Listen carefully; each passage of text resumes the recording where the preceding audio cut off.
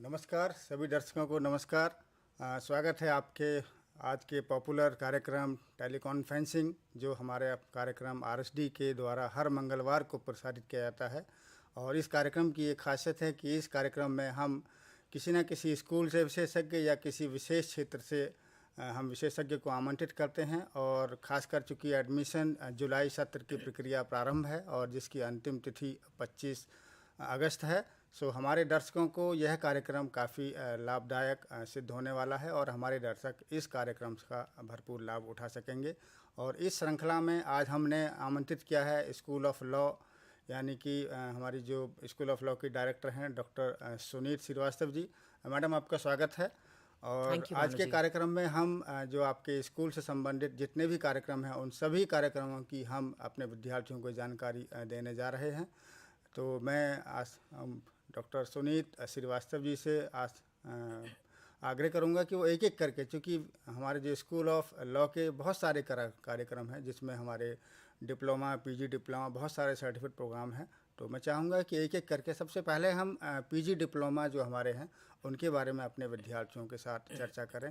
साथ ही साथ मैं जो हमारे जो दर्शक बंधु हैं, जो दर्शक हमारे हमको देख रहे हैं इस कार्यक्रम को, इसमें हमारे बहुत सारे विद्यार्थी भी हो सकते हैं और उनके पेरेंट्स भी हो सकते हैं। मेरे उन सब से विनम्र निवेदन है कि वो इस कार्यक्रम के बीच अगर उनके मन में कोई जिज्ञासा है तो इस कार्यक्रम में जो टेलीफोन नंबर स्क्रॉल होता है इस कार्यक्रम में, उस पर आप हमारे स्टूडियो में कॉल कर सकते हैं और अपने से संबंधित जितने भी आपकी जिज्ञासाएं हैं, आपके मन में सवाल हैं, वो विशेषज्ञ हमारे यहाँ उपस्थित हैं, उनसे आप पूछ सकते हैं। और मैं इस कार्यक्रम को आगे बढ़ाते हुए मैं डॉक्टर सुनील श्रीवास्तव जी से आग्रह करूंगा कि वो स्कूल ऑफ लॉ से संबंधित जो कार्यक्रम है उनके बारे में चर्चा करें। धन्यवाद भानु जी।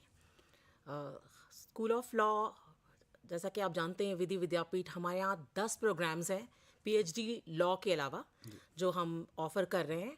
और हर ये जो प्रोग्राम है ये 2 बार ऑफ़र करते हैं, हम 2 सेशंस में ऑफ़र करते हैं, जनवरी और जुलाई के सेशंस में।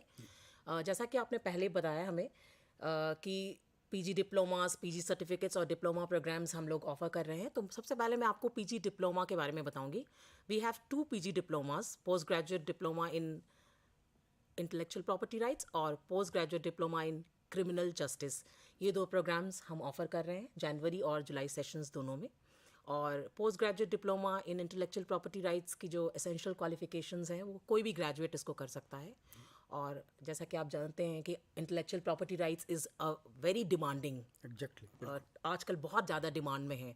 तो इस प्रोग्राम को, और हमने एसेंशियल क्वालिफिकेशंस इसकी एनी ग्रेजुएट रखा है, तो जो भी लर्नर या जो भी व्यक्ति अगर इस फील्ड में ऑलरेडी काम कर रहे हैं या फिर इस फील्ड के बारे में जानना चाहते हैं, इंटेलेक्चुअल प्रॉपर्टी राइट्स के बारे में जानना चाहते हैं, वो इसमें एडमिशन ले सकते हैं। और कोई बार नहीं है, जनवरी वाले सेशन में या जुलाई वाले सेशन में ले सकते हैं। एंड ये प्रोग्राम 32 क्रेडिट्स का है, 32 क्रेडिट का है और 8 कोर्सेज में डिवाइडेड है। तो ईच कोर्स जो है, पहला हमने शुरू किया है एक general introduction to intellectual property rights, जो फर्स्ट कोर्स है MIP 101 जो है, वो इंटेलेक्चुअल प्रॉपर्टी राइट्स के बारे में आपको डिटेल बताता है कि इंटेलेक्चुअल प्रॉपर्टी राइट्स क्या होते हैं। और कोई स्टूडेंट अगर जानना चाहता है, जिसको उसके बारे में नहीं भी पता है, वो इस कोर्स को पढ़ने के बाद अपने आप को ये समझेगा कि उसे इंटेलेक्चुअल प्रॉपर्टी राइट्स के बारे में काफ़ी नॉलेज हो गया है। और धीरे धीरे हमने सेकेंड कोर्स में इसलिए पेटेंट को रखा हुआ है, जो कि एक फोकस्ड है इंटेलेक्चुअल प्रॉपर्टी राइट्स का। थर्ड कोर्स में हमने यूटिलिटी मॉडल्स, डिज़ाइंस, जो कि आजकल कमिंग अप है, ये जो यूटिलिटी मॉडल्स एंड डिज़ाइंस और सेमीकंडक्टर सर्किट्स वगैरह हैं, ये अभी अपकमिंग है। ये एक पेटेंट के ही भाग हैं जिसको हम कह सकते हैं, and they are upcoming innovations. और जो फोर्थ कोर्स है, it is completely dedicated to trademarks and GIs, geographical indications. The fifth course is dealing with copyright and related rights. Sixth course हम PPVFR पर, फार्मर्स राइट्स वगैरह के पर, plants breeders rights और farmers rights के ऊपर dedicated कर रहे हैं। और सेवेंथ कोर्स आपको traditional cultural expressions, traditional knowledge, इन सब पर, कंपटीशन लॉ, इन सब पर आपको जानकारी देता है। और जो फाइनल हमारा जो 8वां कोर्स है, मैनेजमेंट ऑफ IPR, MIP 108 वो मैनेजमेंट ऑफ IPRs है, जैसे कि आप IPR को कैसे मैनेज कर सकते हैं। तो it's a total package this programme जो है, post graduate diploma in intellectual property rights. दूसरा हमारा कोर्स है। डॉक्टर सुनीत, मैं यहाँ से चूँकि हमारे व्यूअर्स, हमारे दर्शक बहुत सारे क्वेश्चंस ईमेल के थ्रू भी आपके पास भी आते होंगे, हाँ और हम लोगों के पास भी आते हैं कि यह प्रोग्राम जैसे PGDIPR जो आपका प्रोग्राम है, निसंदेह हमारे विद्यार्थियों के लिए बहुत लाभदायक, लेकिन हमारे बहुत सारे विद्यार्थी हैं जो कहीं ना कहीं इसको कैरियर के रूप में देखना चाहते हैं। तो एज ए एक्सपर्ट वो IPR के एक्सपर्ट के रूप में काम कर सकते हैं, या और बहुत सारे एवेन्यूज हो सकते हैं। तो मैं दर्शकों के तरफ से ये जानना चाहता हूँ कि हमारे सपोज़ कोई ग्रेजुएट हैं और उन्होंने PGDIPR प्रोग्राम कंप्लीट कर लिया है, तो यह प्रोग्राम उनके लिए किस तरह से लाभकारी सिद्ध हो सकता है, for their own job, for their own business, और for their kind of service sector? Right. देखिए, एक्चुअली IPR आजकल बहुत डिमांडिंग है, और जैसे हमने खुला रख दिया है इसको, इसका जो एसेंशियल क्वालिफिकेशंस है वो एनी ग्रेजुएट है। तो जो भी लर्नर अगर इस प्रोग्राम के प्रति उनका रुझान है तो वो इस प्रोग्राम को ले सकते हैं। और एट द सेम टाइम अगर आप ये पूछना चाहेंगे कि इसको करने के बाद हम क्या कर सकते हैं, तो मैं आपको बताऊंगी कि जो ऑलरेडी इस फील्ड में है उनके लिए एक एड ऑन एडवांटेज होगा उनके लिए। और पेटेंट अटॉर्नीज जो हमारे IPR के अटॉर्नीज होते हैं वो इस प्रोग्राम को ले सकते हैं, या फिर पेटेंट एजेंट्स, वो भी एस्पायरिंग पेटेंट एजेंट्स वो भी इस प्रोग्राम को ले सकते हैं। हालांकि हमारे पास एक दूसरा प्रोग्राम भी है जो कि फोकस प्रोग्राम है, उसके बारे में भी मैं आपको बताऊंगी, पोस्ट ग्रेजुएट सर्टिफिकेट इन पेटेंट प्रैक्टिस, जो कि कम्प्लीटली पेटेंट एजेंट्स के लिए ही है, उन एस्पिरेंट्स के लिए ही है। तो वो भी प्रोग्राम है। और जो ऑलरेडी काम कर रहे हैं उनके लिए तो एड ऑन है ही, लेकिन जो इस फील्ड में नए हैं उनके लिए बहुत अच्छा। देखिए, लॉ के जो प्रोग्राम्स होते हैं नॉर्मली वो कोई ज़रूरी नहीं कि आप हमेशा जॉब के लिए कर रहे हैं, बिकॉज लॉ जानना बहुत ज़रूरी होता है। अवेयरनेस प्रोग्राम्स भी जानना ज़रूरी था। जिनके लिए जो नए हैं इस फील्ड में उनके लिए एक जानकारी, बहुत विस्तार तरीके से जानकारी, फिर वो सोच सकते हैं कि हम आगे और क्या कर सकते हैं, हम इसमें एक्सेल कर सकते हैं, इसमें मास्टर्स कर सकते हैं, जो भी कर सकते हैं। डॉक्टर सुनीत जी, माफ़ी चाहूँगा, एक कॉलर हमारे साथ जुड़े हैं दिल्ली से, पहले उनको सुनते हैं। जी, हेलो हेलो हेलो वेलकम, नमस्कार। Hello yeah you are audible, please ask your question. Voice is too low, not audible. Pardon? Your voice is very low. Hello please ask your question. Please ask your question. Disconnect हो गए हैं, कोई बात नहीं, इस कार्यक्रम के दौरान हमसे फिर दोबारा जुड़ेंगे वो। जी डॉक्टर सुनीत, आप कंटिन्यू कीजिए। हाँ, तो जैसा मैंने आपको बताया, हमारा जो दूसरा प्रोग्राम है post graduate diploma in criminal justice, वो इस तरीके का प्रोग्राम है कि जैसे लॉ, जैसे मैंने बताया क्रिमिनल जस्टिस हमारे जो स्टूडेंट्स लॉ के हैं, LLB के हैं, वो उनको तो मालूम ही हुआ कि क्रिमिनल जस्टिस या जो IPC है या CRPC है, वो कितना इम्पोर्टेंट एस्पेक्ट है लोगों के बारे में लोगों को जानना।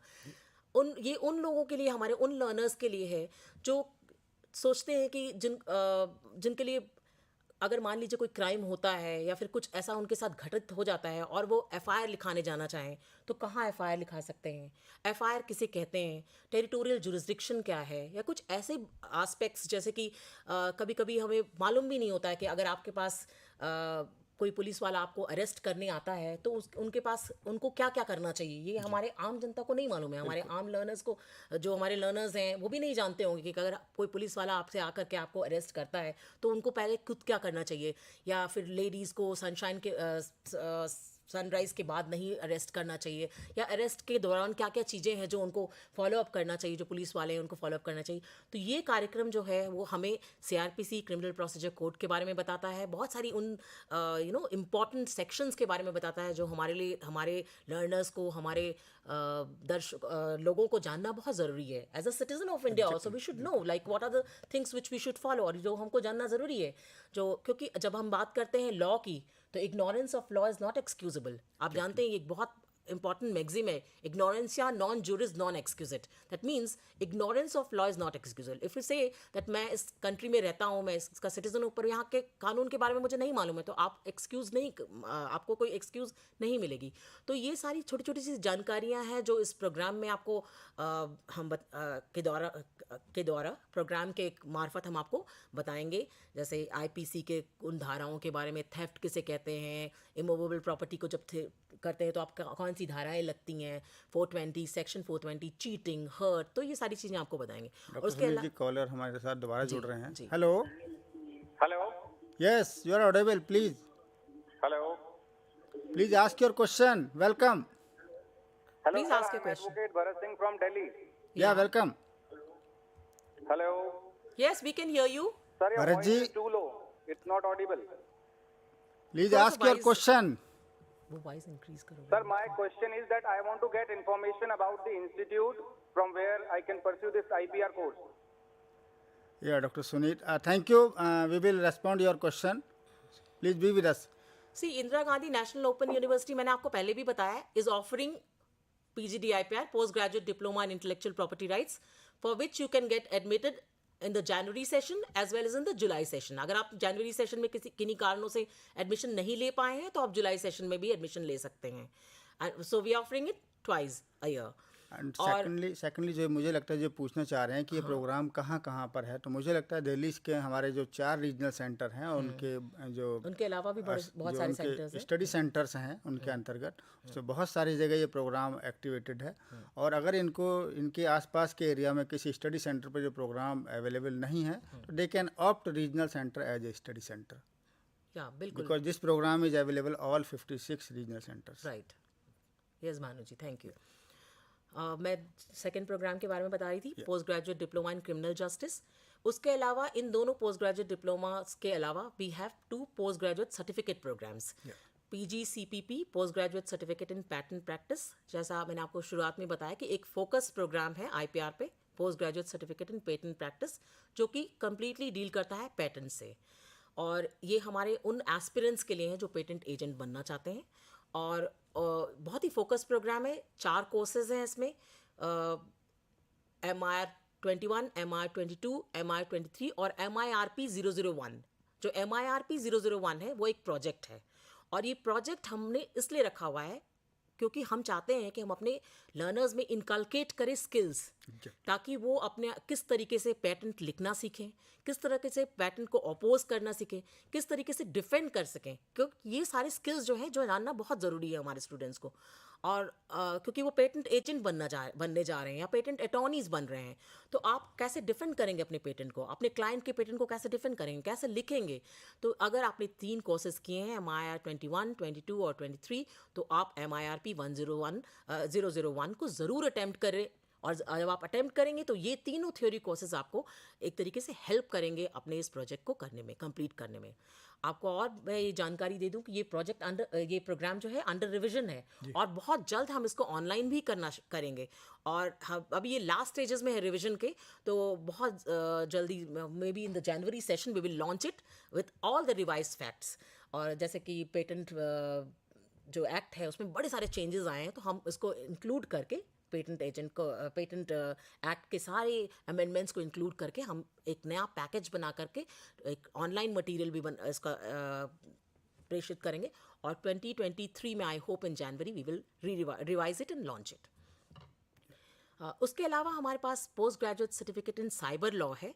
और जैसे आप जानते हैं कि cyber space is another very important field.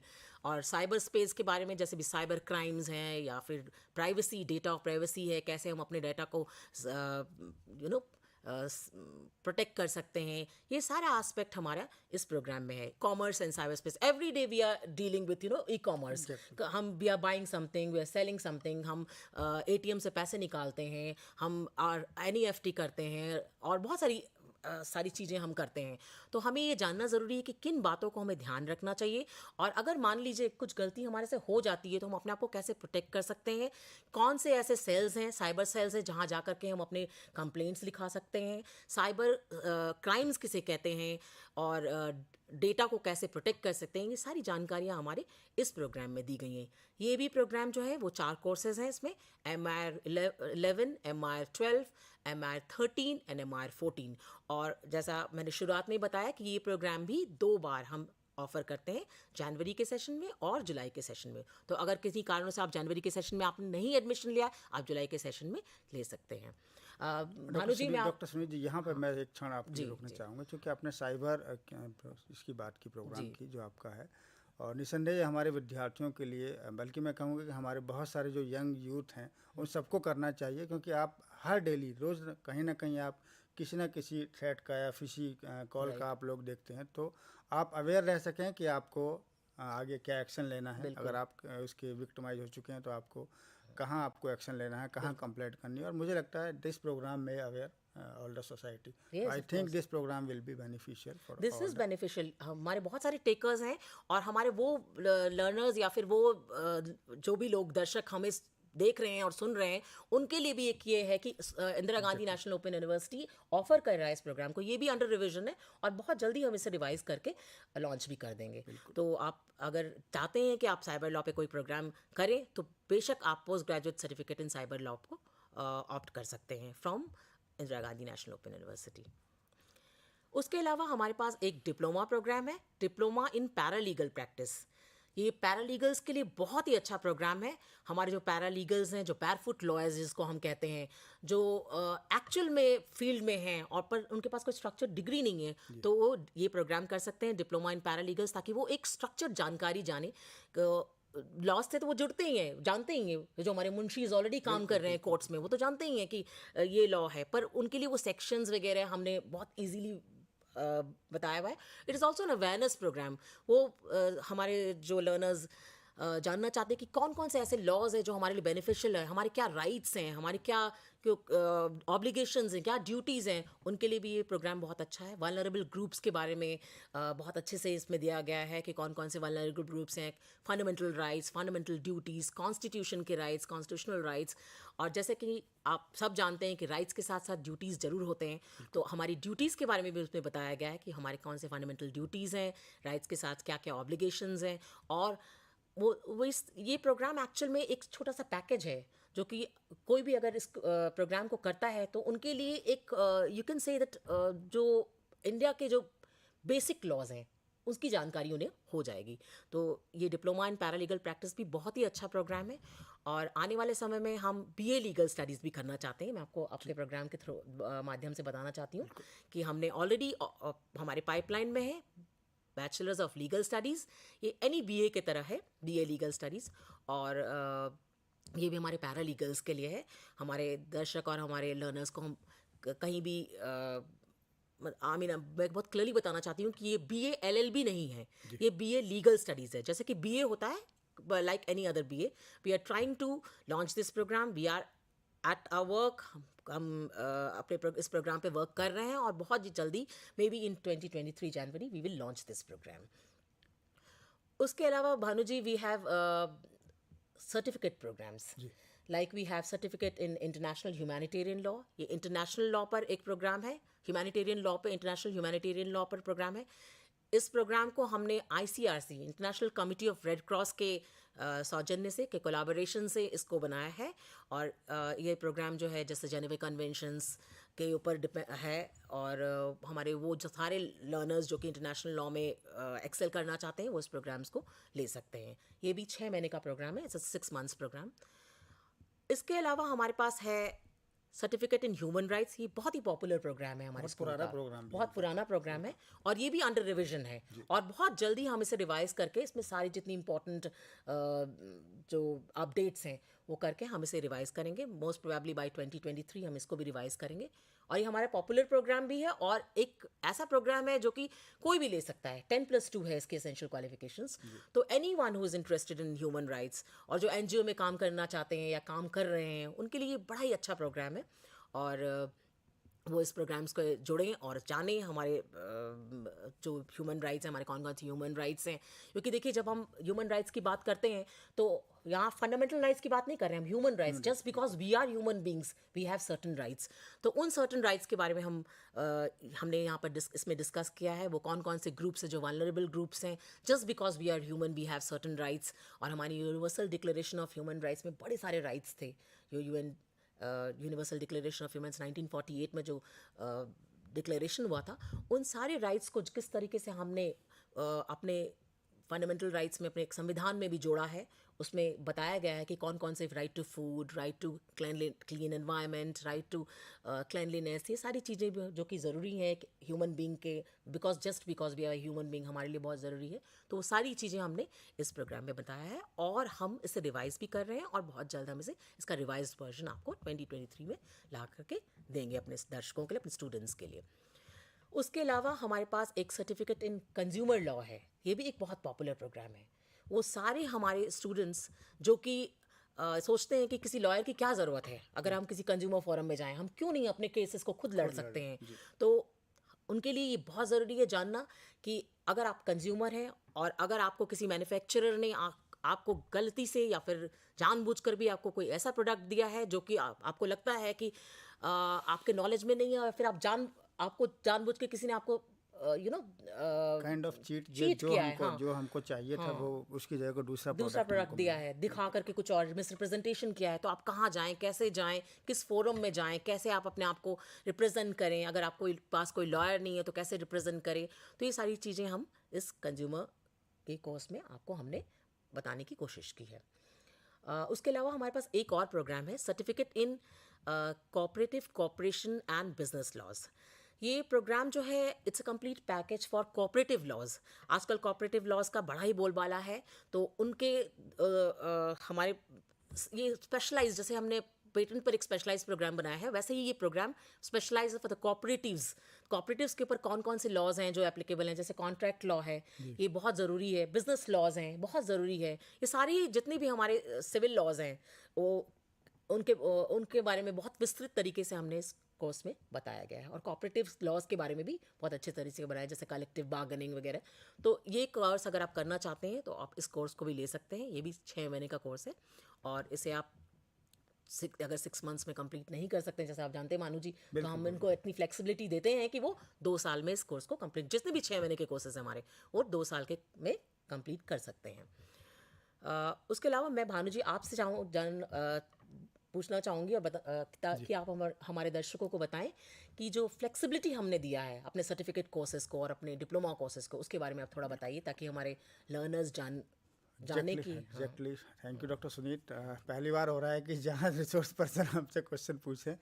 प्रिय विद्यार्थियों, प्रिय दर्शकों, विश्वविद्यालय चूँकि जजन का विश्वविद्यालय है, यहाँ हमारे विद्यार्थियों को बहुत सारी काइंड ऑफ फ्लेक्सिबिलिटी दी गई हैं। जैसे डॉक्टर सुनीत ने कहा कि कोई भी कार्यक्रम अगर सर्टिफिकेट लेवल का है तो उसकी मिनिमम ड्यूरेशन 6 मंथ है और मैक्सिमम ड्यूरेशन वो उसको 2 साल में उसको पूरा कर सकता है। ये फ्लेक्सिबिलिटी इसलिए है क्योंकि हमारे इग्नू में कार्यक्रम में प्रवेश लेने वाले विद्यार्थी डिफरेंट तरह के क्लाइंटेल हो सकते हैं। कोई सीमा पे बैठ खड़ा हुआ जवान भी हो सकता है, खेत में काम करता हो किसान भी हो सकता है, घरों में काम करने वाली गृहिणी या शिक्षक शिक्षिकाएं, बहुत सारे तबका है जो एक बहुत बड़े ग्रुप को रिप्रेजेंट करता है। तो वहाँ से हमारे शिक्षार्थी हो सकते हैं और उनके लिए चूँकि वो कई बार वो ट्रांसफ़र हो जाते हैं, परीक्षा इस समय चल रही है, अचानक उनका स्थानांतरण हो गया या फैमिली शिफ्ट हो जाती है, बहुत सारे रीज़न हैं, तो इसलिए उनको मैक्सिमम ड्यूरेशन में वो अपना कार्यक्रम पूरा कर सकते हैं। इसी प्रकार जो डिप्लोमा या पीजी डिप्लोमा की बात हम करते हैं तो उसके लिए मिनिमम 1 साल है और अधिकतम 3 साल में वो उस कार्यक्रम को पूरा कर सकते हैं।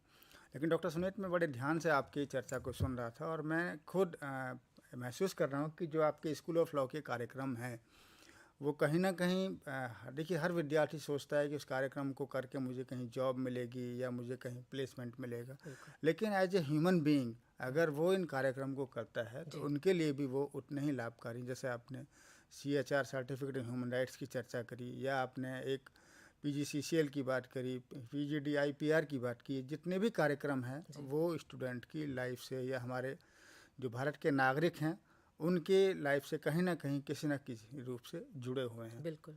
तो हमारी अपील है कि आप जो विद्यार्थी या जो दर्शक हमको देख रहे हैं वो इन कार्यक्रमों को, जहाँ खासकर मैं सर्टिफिकेट कार्यक्रमों की बात करूं, तो इन कार्यक्रमों को जो हमारे BA LLB हैं या BSc LLB हैं या BCom LLB हैं या LLB हैं, इवन LLM वाले छात्र भी हमारे इन कार्यक्रम को एज ए एड ऑन उनको कर सकते हैं और अपनी जो नॉलेज है उसको एनहेंस कर सकते हैं। और निसंदेह कहीं ना कहीं ये जो आपके एड ऑन प्रोग्राम हैं आपके प्रोफेशन में कहीं ना कहीं किसी न किसी रूप में किसी स्किल को डेवलप कर रहे होंगे। मैं एक कार्यक्रम को बताना भूल गई हूँ, वो उसको भी, उसके बारे में मैं आपको बताना चाहूँगी अपने लर्नर्स को। एक हमारा और भी प्रोग्राम है, सर्टिफिकेट इन एंटी ह्यूमन ट्रैफिकिंग। ये प्रोग्राम जो है वे भी 6 महीने का प्रोग्राम है और इसे पुलिस एकेडमी के साथ मिलकर के हमने इस प्रोग्राम को बनाया था, हरियाणा पुलिस एकेडमी के साथ। तो ये प्रोग्राम जो है वो एंटी ह्यूमन ट्रैफिकिंग पे डील करता है, जिसमें बहुत क्लियरली बताएगा कि ह्यूमन ट्रैफिकिंग कैसे होता है, किसे कहते हैं। बहुत साल हो गए, स्लेवरी जो है एक तरीके से एबॉलिश हो गया है। हमारे संविधान में भी एबॉलिशमेंट ऑफ स्लेवरी के बारे में बात करते हैं हम अपने आर्टिकल्स में। Article 24 talks about abolition of slavery, but still जब हम ह्यूमन ट्रैफिकिंग की बात सुनते हैं तो हमें बहुत बुरा लगता है कि ह्यूमन ट्रैफिकिंग आज भी हो रहा है। आप देखिए कि कई हमारे ऐसे पढ़े लिखे लोग हैं जो अपने घरों में मेड्स को रखते हैं, और ये मेड्स किस तरीके से आती हैं थ्रू एजेंसी, वो जब हम समझते हैं तो हमें खुद लगता है कि it is a type of slavery. तो इसे ह्यूमन ट्रैफिकिंग कहते हैं। ह्यूमन, किसी भी इंसान को जब आप खरीद फरोख्त करते हैं तो उसे ह्यूमन ट्रैफिकिंग कहते हैं। इसको कैसे हम रोक सकते हैं? हम पढ़े लिखे लोग अगर हम छोटे बच्चों को अपने घर में ना एम्प्लॉय करें और या मना कर दें कि हमें नहीं चाहिए, क्योंकि every person has got a right to live. अगर आप ह्यूमन ट्रैफिकिंग को बढ़ावा दे रहे हैं इस तरह के एजेंसीज में के द्वारा, आप मतलब मेड्स को खरीद रहे हैं या फिर उनके सर्विसेज ले रहे हैं, तो कहीं ना कहीं आप भी गलत कर रहे हैं, बिकॉज यू आर एक तरीके से बढ़ावा दे रहे हैं इसको। तो we should say no.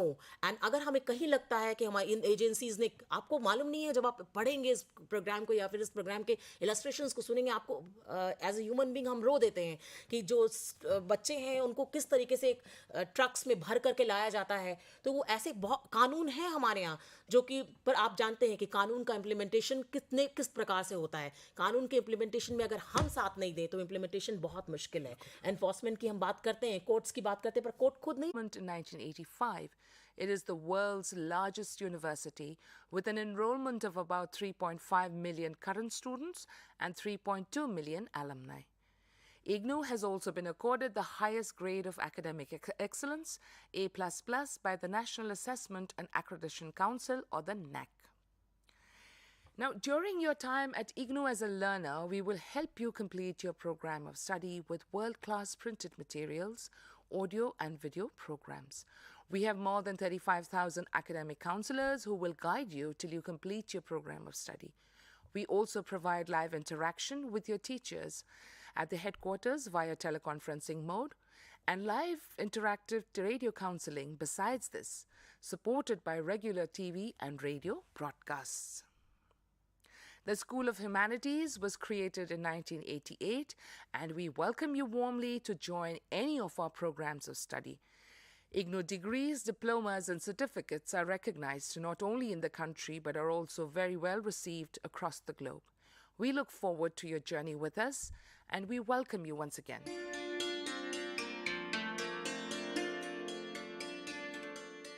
Now we shall talk about the postgraduate diploma in American literature, and its code is PGDAML. Now, the School of Humanities also offers 6 PG diplomas in various aspects of literature. Now, the postgraduate diploma in American literature, what it does, it sensitizes learners to different genres and aspects of American literature, such as the major American novelists and their works. Then we look at the major American dramatists. We look at the specificities of American poetry. How did it start? And we bring it up to the modern period. And lastly, we also look at something which is an integral part of the curricula in colleges and universities across the globe, which is literary theory and criticism. So we begin from classical times. We include romantic criticism, new criticism, feminist theories, deconstruction, and we come down to contemporary theories. The eligibility for the postgraduate diploma in American literature is a bachelor's degree or a higher degree from a recognized university. The medium of instruction is English. The duration is between 1 and 3 years. Your minimum period is 1 year, the maximum 3 years. And this program is offered in both the January and July cycles of admission. The fee is rupees 7,000 plus 300 rupees for registration at the time of admission. So in this particular PG diploma, we have a compulsory component, which is MEG5, Literary Theory and Criticism, and then you choose any 3 courses. So you have a choice between MEG6, American Literature, MEG11, American Novel, MEG17, American Drama, or MEG18, American Poetry. So you choose 3 of these, and the 4th one is your MEG5, and you complete your PG diploma in American Literature. Now, if you look at your screen very quickly, that is what the syllabus is comprised of, which I already told you right in the beginning.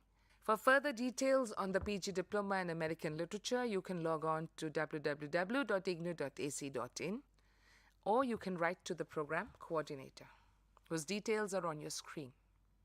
Now that I've given you the details of the program, I hope you enroll for it, and we will guide you through it. We will help you. We are with you every step of the way. So good luck with your program of study.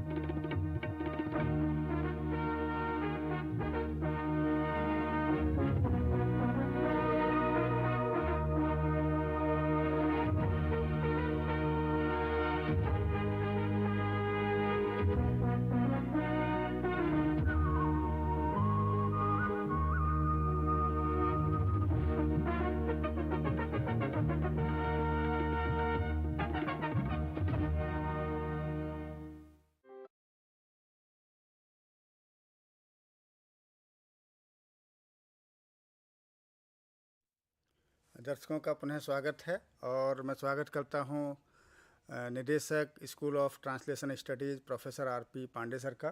नमस्कार। आपका स्वागत है sir. और जैसे कि आज के कार्यक्रम की खासियत होती है कि हम इस कार्यक्रम में विभिन्न आपके जो कार्यक्रम है उसके बारे में हम अपने विद्यार्थियों से डायरेक्ट चर्चा करेंगे और यह भी चर्चा करेंगे कि ये कार्यक्रम हमारे विद्यार्थियों के लिए किस तरह से लाभदायक सिद्ध हो सकते हैं, उनके स्किल के लिए, उनके नॉलेज के लिए और ऑफ कोर्स उनके जॉब प्रोफाइल के लिए भी। पांडे सर, आपका स्वागत है। और सबसे पहले मैं चाहूँगा कि आप अपने स्कूल के बारे में बताइए और अपने जो कार्यक्रम हैं उनके बारे में आप हमारे विद्यार्थियों से चर्चा करें, और बीच बीच में जो हमारे विद्यार्थियों के अगर कॉल आते हैं तो उनके भी हम जिज्ञासाओं को दूर करें। डॉक्टर प्रोफेसर पांडे जी। धन्यवाद डॉक्टर भानु। सभी को नमस्कार। और हमारे शिक्षार्थियों को विशेष रूप से हम आमंत्रित करना चाहते हैं कि हमारे कार्यक्रम के विषय में जानें। और नामांकन की प्रक्रिया चल रही है, अभी भी नामांकन की तिथि बढ़ा दी गई है, तो आप लोग हमारे कार्यक्रमों के साथ जुड़ें, हमारे कार्यक्रमों के साथ इनरोलमेंट बढ़ाएं। School of translation studies and training IGNOU की स्थापना 2007 में सैद्धांतिक रूप से हुई और जनवरी-फरवरी 2009 में हम लोगों ने संकाय सदस्य के रूप में अपने पदभार ग्रहण किए। तब से व्यवस्थित रूप से विद्यापीठ के विभिन्न कार्यक्रमों की शुरुआत हुई और सबसे पहले हम लोगों ने MA translation studies face to face कार्यक्रम शुरू किया, जो कि विश्वविद्यालय की कार्यप्रणाली के तहत अगले 5 वर्षों तक चलता रहा। और साथ साथ हम लोगों ने MA translation studies open and distance learning ODL प्रणाली से भी विकसित करना शुरू कर दिया।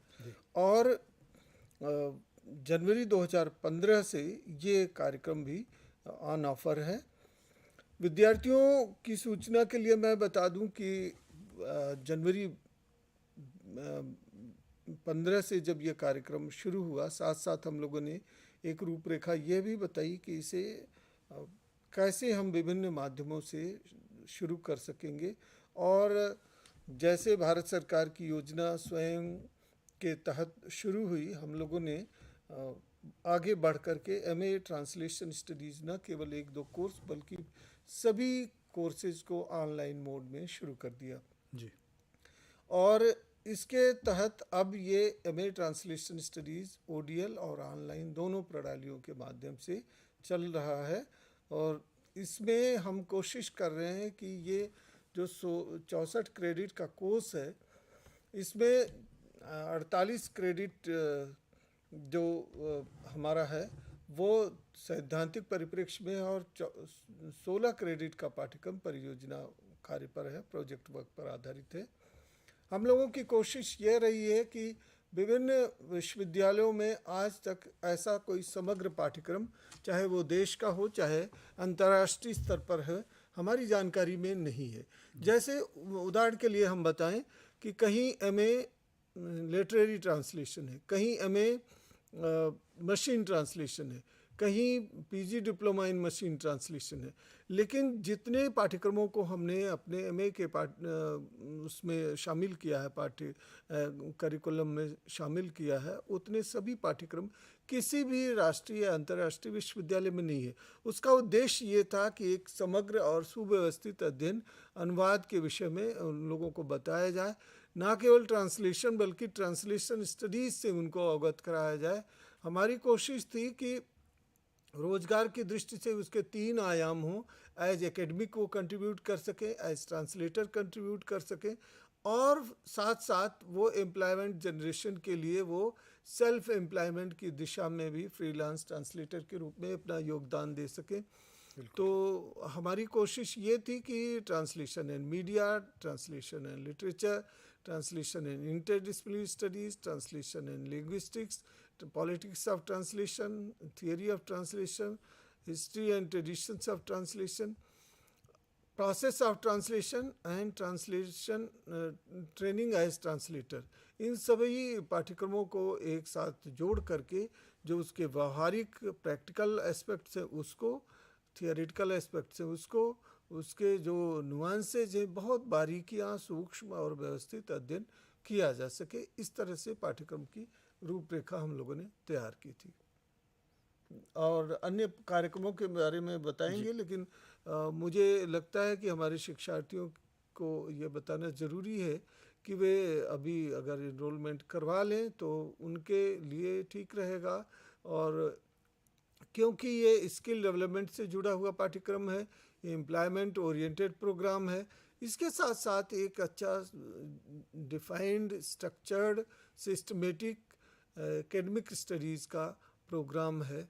डिसिप्लिन ऑफ स्टडीज़ के तौर पर इसे रेखांकित किया जा चुका है और विश्व भर में इसे मान्यता प्राप्त है। तो मुझे लगता है कि ये उनके लिए हर दृष्टि से उपयोगी होगा। डॉक्टर पांडे जी, आपने बिल्कुल सही कहा। और दर्शकों, आपके जो विश्वविद्यालय है जन जन का विश्वविद्यालय कहलाता है, और जिसको डॉक्टर पांडे जी ने भी एक दिशा दी कि यह कार्यक्रम निसंदेह हमारे विद्यार्थियों की हर जन आकांक्षा को पूरा करता है।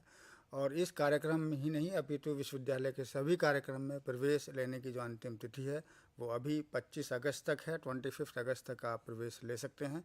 लेकिन नेवरदलेस आप कभी वेट मत करिए। आपके लिए ये समझिए कि अंतिम तिथि आज है, क्योंकि आप www.ignou.ac.in पर आप लॉगिन करें और अपनी रजिस्ट्रेशन की प्रक्रिया प्रारंभ कर दें। चूँकि इसमें 2-3 स्टेप हैं। पहले आप अपना रजिस्ट्रेशन कराएंगे, फिर अपने डॉक्यूमेंट्स अपलोड करेंगे, फिर उसमें फ़ी पे करेंगे।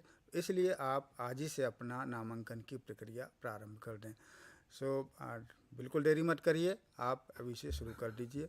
डॉक्टर पांडे, आपने जो एमए ट्रांसलेशन स्टडी के बारे में जो आपने कहा, हमारे डिटेल्स से हमारे विद्यार्थियों को बताया कि यह कार्यक्रम 3 रूप से हमारे विद्यार्थियों के लिए लाभकारी सिद्ध हो सकता है, as a academic, as a translator और एज ए आपका काइंड ऑफ स्किल डेवलपमेंट, यानी कि वो अपना खुद का व्यवसाय भी पूरा। मैं जानना चाहूँगा, चूँकि हमारे विद्यार्थी, अगर हमारे विद्यार्थियों के मन में कोई आकांक्षा है तो निसंदेह बीच में कॉल कर लेते हैं। कई बार विद्यार्थी के मन में जिज्ञासा है, तो मैं विद्यार्थियों की तरफ से इसको थोड़ा और एलोबरेट करना चाहूँगा कि हमारे विद्यार्थियों को ये, अगर कोई विद्यार्थी हमारा यहाँ से एमए ट्रांसलेशन स्टडीज़ करता है तो वो हायर एजुकेशन में उसके लिए किस तरह से वो जा सकता है, या फिर ट्रांसलेटर में उनके पास कौन कौन से अपॉर्चुनिटीज़ हैं, और जो तीसरा आपने कहा कि वो अपना खुद का भी रोज़गार कर सकता है, प्रोफेसर पांडे जी। डॉक्टर भानु जी, जैसे आपने बताया कि ये जब पाठ्यक्रम निर्माण किया जा रहा था तो हम लोगों की सोच ये थी कि एक समग्रतावादी हो, एक कॉम्प्रिहेंसिव प्रोग्राम हो जिसमें हर सेक्टर के लोगों की जो एस्पिरेशंस हैं उसको ध्यान में रखा जाए।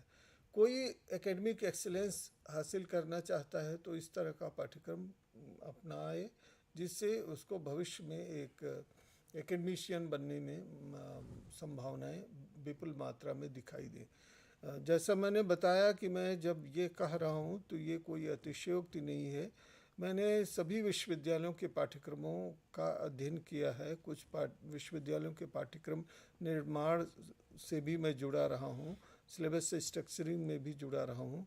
लोगों की सोच ये होती है कि स्पेसिफिक स्टडी की जाए। हमने इसको माइक्रो स्टडी भी रखा है और मैक्रो स्टडी भी रखा है। माइक्रो स्टडी इस अर्थ में कि वो कुछ विषयों पर बहुत केंद्रित, जैसे मीडिया एंड ट्रांसलेशन, अब एक पूरा कोर्स है जो उस पर केंद्रित है। इसी तरह से इंटरडिसिप्लिनरी ट्रांसलेशन वो ध्यान केंद्रित करता है ट्रांसलेशन एंड इंटरकल्चरल स्टडीज़ पर। इसी तरह ट्रांसलेशन एंड लिंग्विस्टिक्स। तो कुछ जगहों पर जिसे एमए के पाठ्यक्रम के रूप में विदेशों में ख़ास तौर से चलाया जा रहा है, हमने सोचा कि एक विद्यार्थी जब जुड़े हमारे पाठ्यक्रमों के साथ तो उसे ना केवल विषय का ज्ञान हो, उसे व्यवहारिक अनुभव भी हो और कैसे ऑपरेशनल या एप्लीकेशन ओरिएंटेड पर्सपेक्टिव भी उसमें जुड़े और थ्योरेटिकल पर्सपेक्टिव भी जुड़े। ये ध्यान में रख करके इसका निर्माण किया गया था। तो अब संभावना कितनी है, जॉब जो प्रॉस्पेक्ट्स हैं वो कितने हैं, इसको अगर हम ध्यान में रखें तो कुछ महत्वपूर्ण बिंदुओं की ओर आपका ध्यान आकृष्ट किया जा सकता है।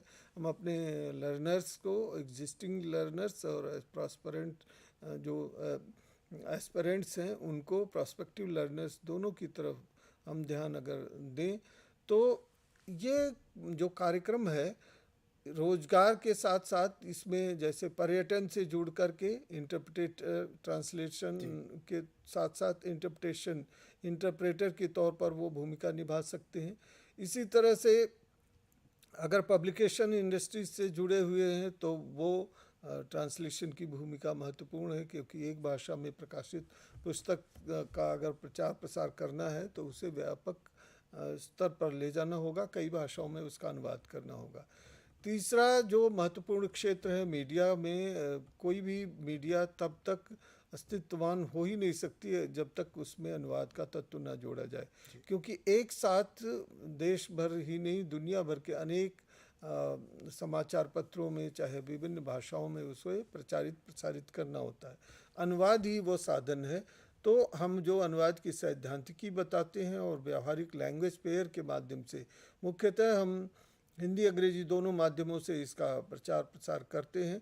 यद्यपि पाठ्य सामग्री हिंदी में है, लेकिन इसे विद्यार्थी असाइनमेंट से लेकर के अपना टर्म एंड एग्जामिनेशन से लेकर के और सभी जो कार्यक्रम है उसकी रूपरेखा के तहत वो अंग्रेजी में भी उत्तर दे सकते हैं, लिख सकते हैं, उसे सहज रूप से हम स्वीकार करते हैं।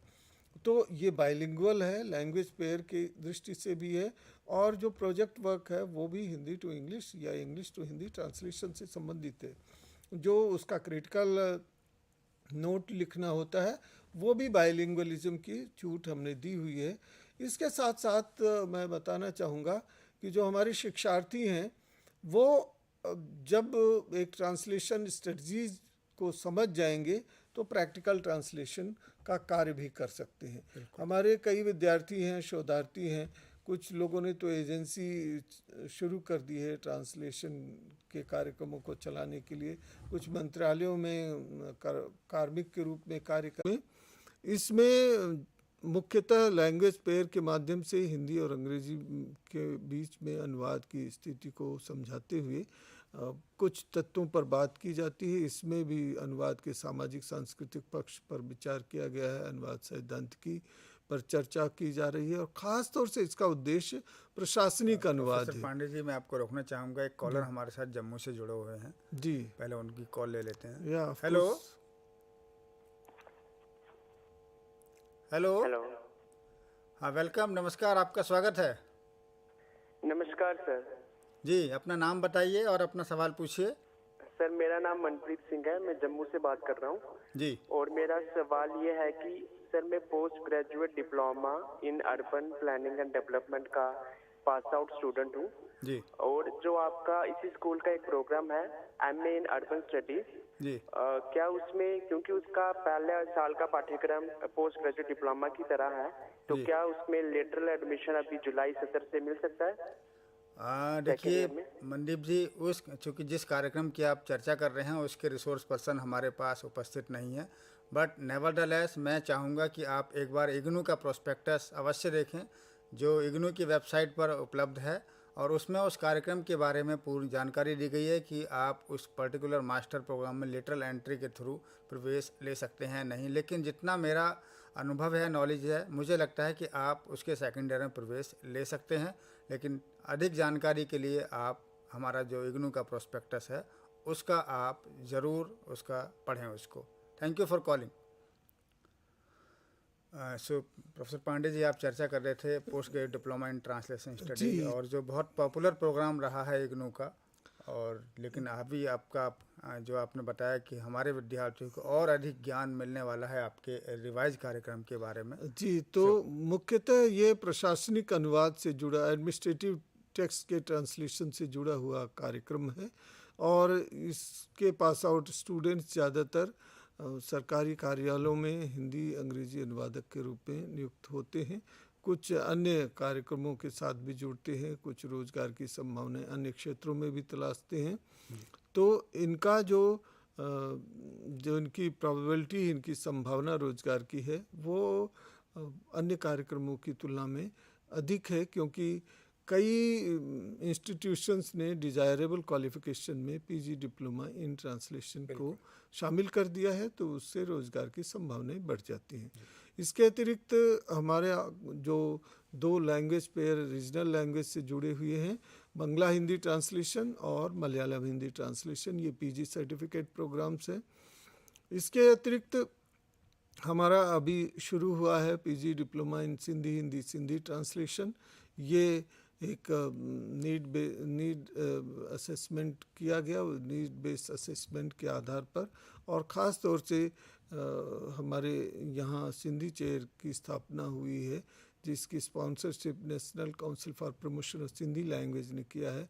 तो सिंधी को बढ़ावा देने के लिए, उसके संरक्षण और संवर्धन के लिए जो नीतियाँ हैं, उसके अनुसार भी इसको देखा जाना चाहिए।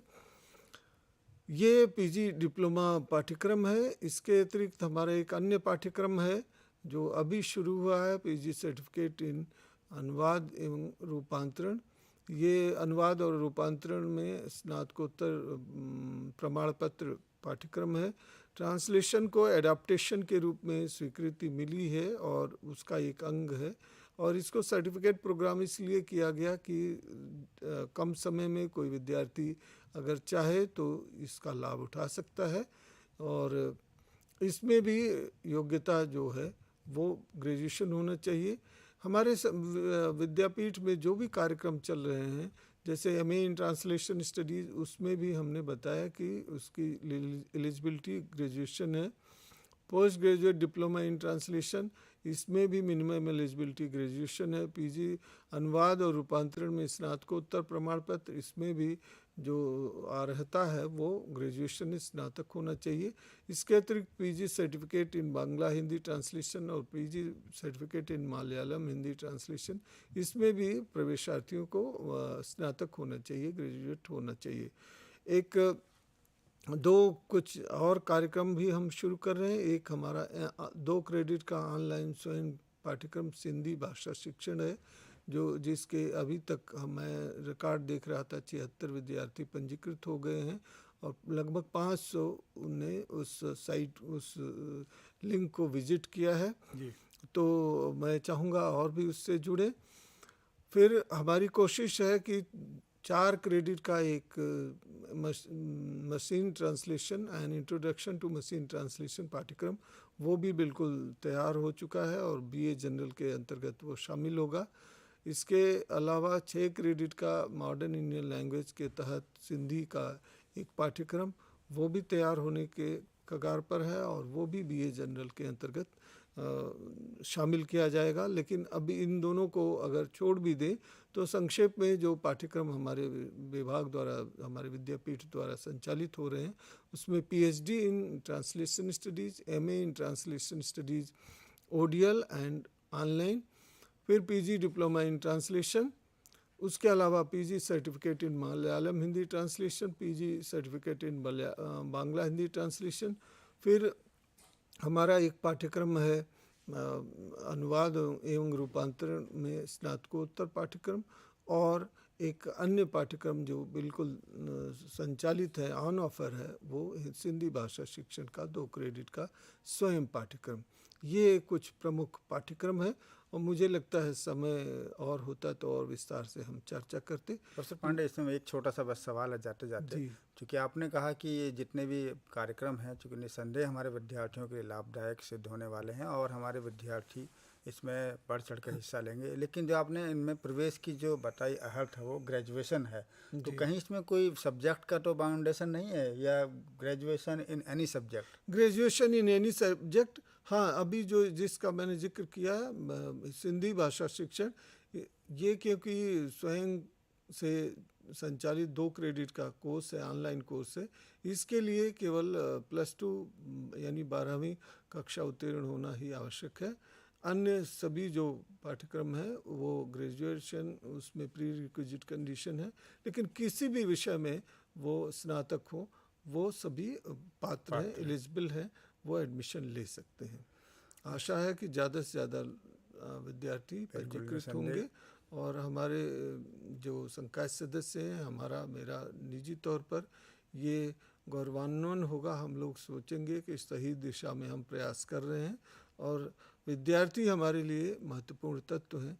अगर उनका हित सर्वोच्च है, ज़्यादा से ज़्यादा विद्यार्थियों का सहयोग मिलेगा तो हम लोग अपने कार्यों को सफल समझेंगे। Thank you professor R P. Pandey ji, आपने हमारे विद्यार्थियों को अपने बहुमूल्य समय निकाल करके हमारे जो विद्यापीठ है ट्रांसलेशन स्टडीज़ एंड ट्रेनिंग, उसके विभिन्न कार्यक्रमों के बारे में जानकारी दी। हमें आशा ही नहीं विश्वास है कि इससे हमारे विद्यार्थी अवश्य लाभान्वित हुए होंगे और वो प्रवेश लेंगे और प्रवेश लेकर अपने जो उद्देश्य है, जिस उद्देश्य से वो पढ़ना चाहते हैं, आगे बढ़ना चाहते हैं, उसमें वो सफल होंगे। ऐसी आशा के साथ मैं पांडे जी और डॉक्टर भानु प्रताप सिंह आप सबसे इजाज़त लेता हूं और इस वादे के साथ कि हर मंगलवार की तरह अगले मंगलवार को भी हम फिर उपस्थित होंगे किसी अन्य कार्यक्रम की चर्चा के लिए और किसी और विशेषज्ञ के साथ। तब तक के लिए हमको इजाज़त दीजिए। नमस्कार, आपका दिन शुभ हो। धन्यवाद डॉक्टर भानु प्रताप जी और EMPC यह अवसर प्रदान करने के लिए। सभी श्रोताओं दर्शकों का धन्यवाद। इससे जुड़ने के लिए सभी को नमस्कार। नमस्कार।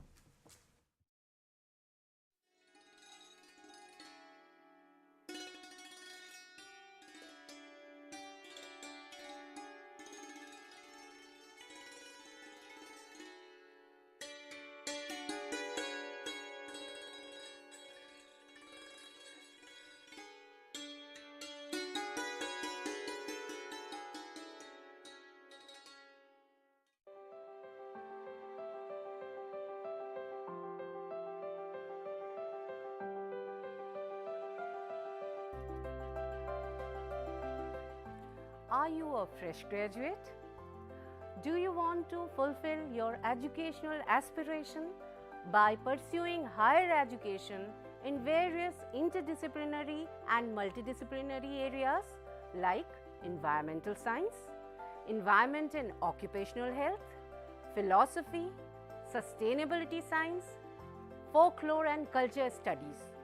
If yes, the School of Interdisciplinary and Transdisciplinary Studies offers various programs like Master's Program, Graduate Program, Postgraduate Diploma, Certificate and Appreciation Program.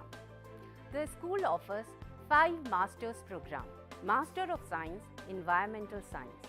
The eligibility criteria for MSc Environmental Science is Graduate in Science, BTech, BE, Agriculture Graduate, forestry graduate and veterinary graduate.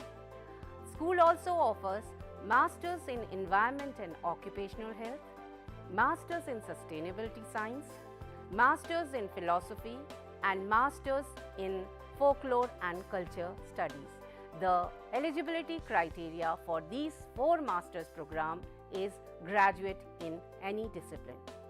School also offers various socially relevant and need-based PG Diploma program like PG Diploma in Sustainability Science, PG Diploma in Environment and Occupational Health, PG Diploma in Folklore and Culture Studies, and PG Diploma in Migration and Diaspora Studies. The school also offers PG Certificate in Climate Change and Avshist Prabandhan mein Praman Patra. The school also offers 2 doctoral programs, PhD in Environmental Science and PhD in Interdisciplinary and Transdisciplinary Studies. The school offers various innovative technologies and multimedia for providing a very excellent student support system. The study material is of high quality. The learner support is provided through Gyan Darshan, Gyan Vani, IRC, Swayam Prabha and Swayam channel of IGNOU. For more detail, please log in to IGNOU website. For online admission in these programs, visit school site and also the Samarth online education portal of IGNOU. So please join these programs and fulfill your educational aspiration.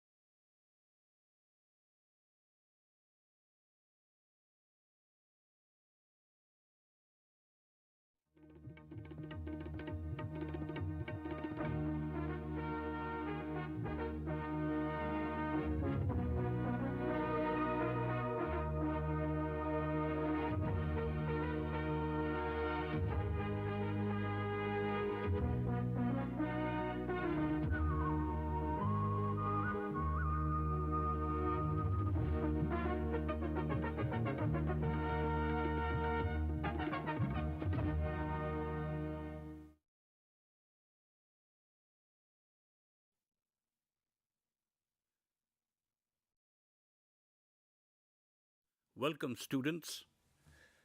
The present session of teleconferencing is for a course in the Bachelor's of Arts Honours course in Economics. Ostensibly, the course for which we shall be discussing is the course Mathematical Methods in Economics, which is BECC 102, and its follow-up course BECC 104, which is Mathematical Methods in Economics Part 2. However, the topic of today's discussion is called Language of Mathematics. So, what we propose to discuss today is about the use of mathematics in economics, and as you would find out from our discussion, you will be benefiting from this discussion, or if you pay attention, you will have questions in your mind, you will be discussing among yourselves, you can ask us. what we shall be discussing is actually the way simple propositions of economics are presented in the language of mathematics. Now, if you look at the slide that is coming up in your screen right now, it says the topic is how to express economic statements in the language of mathematics. Now, what is the language of mathematics saying? It is like any other language. Please understand that the language of mathematics is like any other language, English or Hindi or any other Indian language. Why we want to do is this, we want to translate some proposition that we simply say in English. Let's say demand depends on the price of the good, price of other goods, and so on and so forth, or something depends on something else. How we can express this statement in mathematics. And as we are saying, mathematics has its own words, its own sentences, and rules of grammar. Now, look at the next slide. Now, we're getting into the discussion here, and let us say in English, we have certain parts of the grammar, not that you always consciously remember, but supposing you say, Ajay is going home. Now, home and Ajay are two nouns, going is a verb. We don't have to dissect, but I'm saying that is how sentences are made. Words combine to form sentences, sentences combine to form paragraphs, and that's how we communicate either in speaking or in writing. Mathematics has the same thing. Mathematics also has its own nouns, as it were. Now, in mathematics, we don't use words. We just translate that, and we can represent that in variables. Let us say we have to say that demand depends on the price of the good, other things remaining constant. Now, when you say depends on, you have in your course on mathematics that you have studied, the two courses, there's something called a function. You can show demand, which is a noun. You're demanding something. You can show demand for a good. Let's say demand for motor cars. You can show that by X. X is the number of cars bought. You'll write X equal to, then you put an F, that is function. Within bracket, you'll write Px, that is the price of X, the price of the car. Now, so what you're saying is that in the simple language of mathematics, you're saying that the price of the car determines the demand for the car. In English, you would have said this way. In mathematics, we're just using a simple short cut or simple symbols, X equal to function of P. Now, why, and we'll come to that. The important thing is, why do we need to translate into mathematics? Isn't it a little abstract? Isn't it a little dry? Doesn't it take away? And when you talk in English, you're talking of actual human beings, and you're talking of actual goods. You can visualize, you can picturize. Yes, certainly mathematics makes it abstract. Mathematics makes it a little less, you might say, those who are a little scared of mathematics might say it is not very warm, it's not very human, it sounds rather impersonal. But that's not true. Once you get used to it, you will find that mathematics has its own language, and not only language, the thing that is true about mathematics is, and we shall just proceed further and discuss that. I'm just coming to that. What mathematics does is, once it translates into its own language, what it does is that it has its own rules. The central point about mathematics is that it is deductive in nature. You state a proposition, given that, and certain rules of operation follow, you can deduce the next statement. That is intrinsic to mathematics. That may not be possible in a language, simple, verbal language, or if you write in words, because language is limited by its own grammar's own set of rules. Mathematics allows you to go from step 1 to step 2 deductively. Mathematics allows you to state a proposition and provide a proof. We shall not discuss today, but there are many ways of proving certain statements and certain propositions. Now, if you look at the slide again, and we are talking here of the building blocks. As you can say, the nouns, just as we said, can be represented by a variable, and those variables, you need not write the whole name. Motor cars, as I said, can represent by X, the price by Y, or you can use set theory. You say a set. You know what is a set consisting of certain elements, certain members of the set. It's a well-defined collection of elements. Now, once you have set, I'll give you an example. Let us say you say that all crows are birds, but all birds are not crows. Now, you're going to look at, you're saying this in English, that is true, but it doesn't strike home as wonderfully as if supposing you were to make a Venn diagram, and just a circle representing birds, and within that draw a smaller diagram representing crows. So crows is a subset. The set of crows is a subset of the set of birds. And as you can see from that, since the set of crows is nested in the set of birds, so anything that is a member of the set of crows will automatically be a member of the set of birds. But there will be birds. Visually, you can say the part that is not inside that smaller Venn diagram, which is contained in the bigger set representing the set of birds. You will find that yes, certainly there are birds which are not. Birds which are not crows. Crows necessarily have to be birds, but all birds, sparrows or pigeons or many others, will not be crows. So the mathematics makes it very clear. Why? Because the moment you have translated here, in this case using diagrams, a simple you have just done true circles which represent Venn diagrams, one nested in the other. Or you say, let us supposing you draw intersecting sets. The point of intersection are something that will be part of it. Let's say supposing one talks of demographic profile of a region or of a nation, and there can be demographic segregation on the basis of, let's say, religion, or there can be demographic profile in the set of, let's say, linguistic group or a state.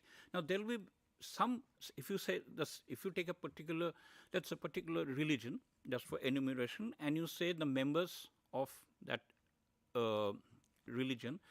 Now those of who belong to a certain state,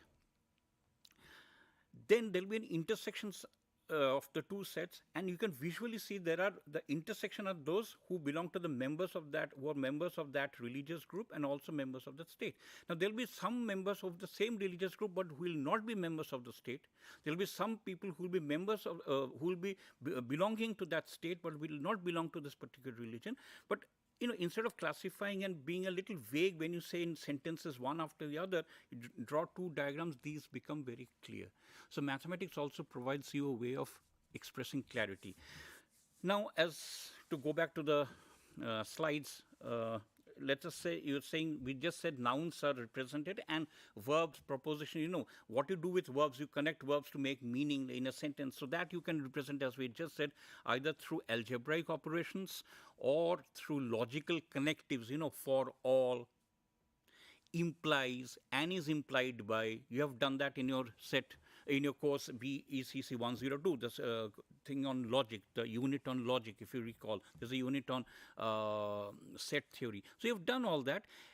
Keep in mind, they are just not pieces of knowledge that we have, offered to you. You use that not only to answer question for term end examination or assignment for that course, but these two courses are the building blocks. You use this knowledge to better study your courses on microeconomics, on macroeconomics, and other courses in all the subsequent semesters that you will done, including many of the electives that you will do. Once your foundation is true in this, good in the mathematics of use. And by mathematics, I don't mean only the thing about solving problems. You have to understand. You have to translate in your mind.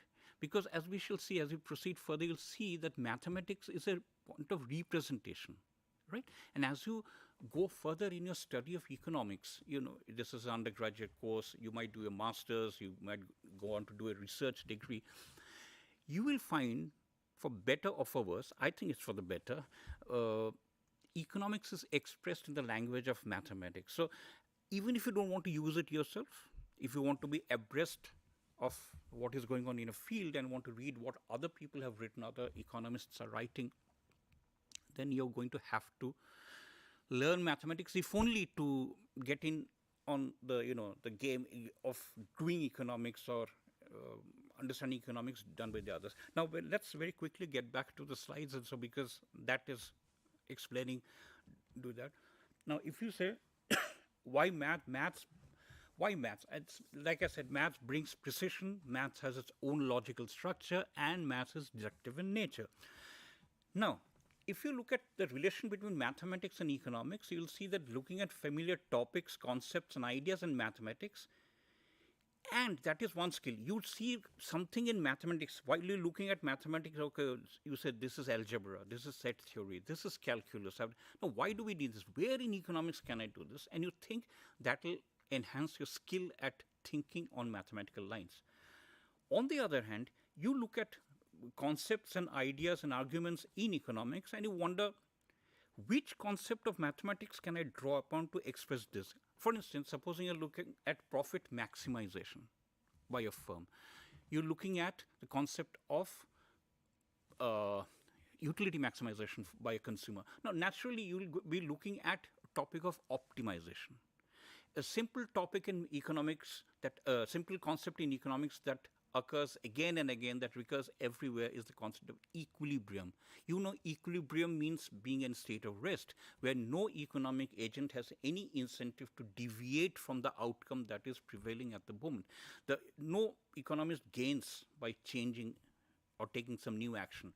Now, once you get this idea of rests, equality. Now, okay, let's say equilibrium in the product market. There's demand is equal to supply. Once you say demand is equal to supply, this word equal to, you think in economics, okay, there's somewhere an equal to sign lurking around somewhere. Once you have an equal to sign, that means it's an equation. So we have already represented some terms or the main concepts going around in economics by some variables. Let's say X is equal to, say, demand, and Y is equal to supply. You say X is equal to Y, you already have your equation, algebraic equation. Now, once you have an equation, then you're in the realm of mathematics, which provides its own way of solving that equation, which you can't do in English.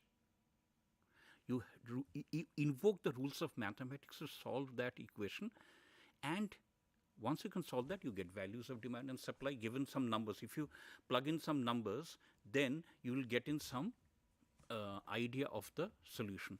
Now, here, let's go back to simple algebra that you must have studied even in school. If you have equations, once you have equations, you're going to have to solve it. Then there's some people or some variables that are described as unknowns. Now, you know from simple algebra that if you have equations, you are going to write them in simultaneous. More than one equation, you are going to, that is called simultaneous equation. Now, to solve simultaneous equation, the simple rule is the number of equations should be equal to the number of unknowns. If you're going to have less on one side, either you won't be able to solve the equation or you will have more than one solution. So these rules, whether that the number of unknowns should be equal to the number of equations or the other way around, and both ways, that is a rule that is provided from the inner logic, inner structure of mathematics. So you see, once you translate this English into put it into the language of mathematics, mathematics supplies its own rules and logic that allows you to solve it. After you've solved it, then you translate it back to English to make others understand what has been going on, right? So that is an example. And let me pause here to just tell you a very simple thing. Many people think that mathematics is concerned with numbers, actual numbers. And some people say, oh, I can't multiply a 4-digit number with another 4-digit number. I am very poor at mathematics. I cannot count. I can't count 17, I can't put 17 numbers and add them this plus, hisab mein theek nahi hai. And all these people, I am not good at mathematics. No, mathematics is not only about numbers. That is the first thing. Mathematics is about representing things in a deductive manner, obtaining what is a self-contained concept called a solution. That is unique to mathematics. And once you have solution, then you can tinker. Let's say equilibrium. You solve equilibrium values in your economics. You're doing it through mathematics. You solve an optimization exercise through linear programming or calculus. That's a mathematics. Once you solve it, not only do you have a solution which you can translate back to English to make people understand, but you can change parameters. You can do what is called comparative statics, or you have done that in optimization. You've studied that in the optimization units. Or you can do what is called sensitivity analysis. Supposing some of the parameters change in a little while, what will happen to the solution? Will we get a new solution? In English, you would only have to describe, or actually in a real world situation, go find out what is going on and then report, oh, this is what happened, this is how the solution changed. Mathematics does not wait for that. Mathematics abstract gives you an overall umbrella, a template for doing things. What the actual numbers is, that you put in later, and that is actually, as you know, that is done through statistics and econometrics, which collect data. You know, the mathematical economics will give you a model, give you a structure. The actual numbers you plug in through the help of statistics. You collect data, you analyze data, you form a hypothesis, you test that hypothesis. From a sample, you infer about a population. All that real world stuff is the work of statistics and econometrics. Conceptualizing, communicating in an abstract language, a simple word, that is the role of mathematics. And if you go back to the slide, you will see that we are saying here that mathematics is not only about the first two things, that bullets. Look at the third one, the last one, that says mathematics helps in the exploration and exposition of ideas. Not only exposition means exploring. It helps in explorations. You know, some writers, many people who write, say, papers on social science or even fiction, those who write, have said that when you start to write, you don't first do your thinking and then reproduce what you have thought on paper. Many a time it happens that you start writing without having very something concrete in mind. Think of it as not even the first draft. Think of it as a zero draft. You're asked to write an essay, let's say. You just start writing, and as you write, new ideas come to your head. It is similar with mathematics. Mathematics, what happens is once you express certain things with an idea, and we are coming a little later, just a little later, we'll come to that, an aspect of mathematics called modeling. What happens is it's like toys, you know, little children play with toys. They're making a simple structure, let's say Lego bricks or something, they're joining in certain ways. And then suddenly one child may creatively think, okay, let me not put the blocks in this way. Let me put this block on that. Let us see if a new structure emerges. That's exactly what you can do with mathematics. Economists who write papers, who build models, have a lot of fun doing it, because they can actually, you know, it's like a playwright creating characters for a play, writing scenes, act for scene 3, and this character is going to do that. But certainly playwright has a mind, it changes. What happens if this actor has this dialogue? What happens if this character says this? So and so. Similarly, you can do with math. This concept, okay, I'm saying this concept depends on these things. Suppose it doesn't depend on these two. Let us say what happens if it depends on the other two. If I put this kind of constraint on the optimization exercise, if the situation changes, if the constraint changes, what is the objective function that the main actors in this economic model, the consumers or producers, or let's say you're talking about the labor market, what does the labor market suppliers who supply the labor, what are they trying to do? Do they have any constraint? If they're supplying labor to the landlord, is the landlord, as it frequently happens in the rural areas, is he also a moneylender? So is the labor market relation tied up with the credit market there? So once you have these ideas, now here I'm thinking in English, now you tinker, you play around with the mathematical concept. You say this algebraic relation, okay, I'll give it a quadratic function. Now let me see what happens if you just give it a simple linear function. You keep on changing, tinkering. You're actually though mathematics helps also in the creative process. You are too young for this now. You are right now only learning mathematics, but I'm saying this is just to say that how useful mathematics can be and why it has become the de facto language in economics and abroad, in other words, in many other social sciences. There are political scientists who are using game theory or social choice theory to express their ideas. I don't want to digress, so let's get back to our usual discussion. And here, next slide tells you a little about economic models, and we are saying that economists are trained in this use. So an important part of an economist's training is acquiring a command over the mathematical tools and techniques, and that's what it is. Mathematics is also a bag of tools and techniques that helps you to construct a model. See, not just learning, you construct your own creative model. It's like writing your own poem or writing your own story. You write your own model and then you solve it. That's the pretty part of it. Now, it's saying what are the kind of things that we can do with mathematics. You can use algebra, which is a form of shorthand. And as we were saying, symbols are used to represent concepts and variables that are capable of taking different values. That's the thing. You don't know which specific value. Statistics is going to tell you that, or the solving of that numerical thing is going to tell you that. You can use a general thing, x. X may turn out to be 23 or x may turn out to be 7.5. Doesn't really matter. X is x, and you use it that way. And well, there are certain advantages to the mathematical approach. And so what we have seen today is that there are many advantages to use for mathematics, and there are many things. So what are the takeaways? You can see the mathematics is a language, mathematics is precise, and mathematics has its own language. Now, to come back to our discussion, so shall we conclude or come to an end by saying that mathematics is a very useful servant, some people have said, but very strict master.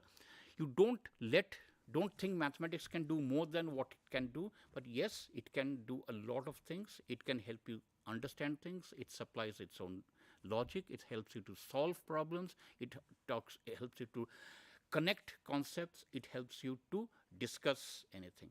So I'll stop this discussion today. In a subsequent session, we shall continue with this kind of a discussion. If you have any question, you may kindly write in to us, or you can send mails. We'll be only too happy to answer your question. And we shall be presenting some subsequent sessions on these lines. We hope to see you in a subsequent session where we shall continue with our discussion on mathematics and economics and the relation among the social sciences and mathematics. Thank you very much for joining, and thank you very much for listening in on this session, and we shall look forward to your suggestions, your queries, and your questions that you may have on this issue. Thank you very much.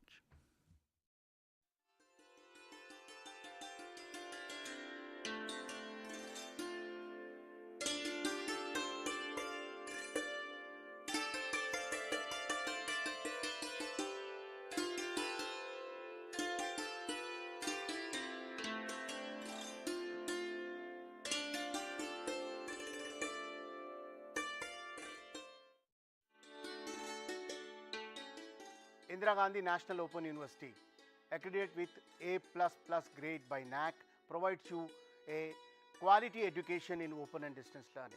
School of Performing and Visual Art is offering a wide range of programs in performing and visual art.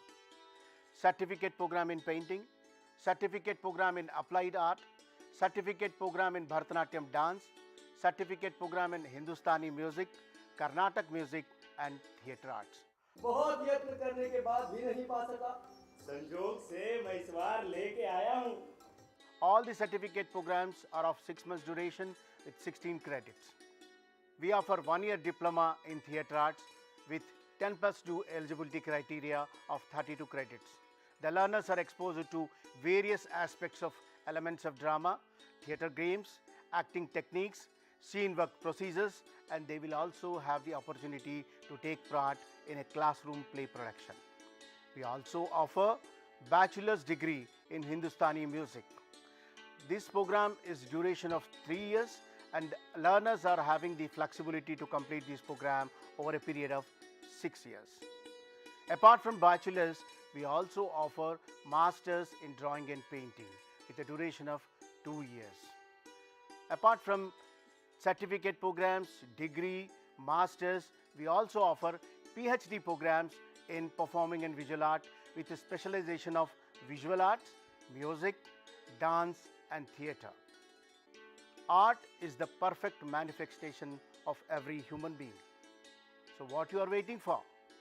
For online admissions, please visit our website www.ignou.ac.in. For more details, you can also contact Director, School of Performing and Visual Art, Block number 15G, IGNOU, Maidan Gadi, New Delhi. You can also reach us at sopva.ignou.ac.in. Happy learning! आश्रम के चूहे पकड़े। तुम तो सचमुच राजा लगने लगे। पता नहीं ये राजयोग कब तक रहेगा। तो हमारी माया के लिए सुरक्षित है।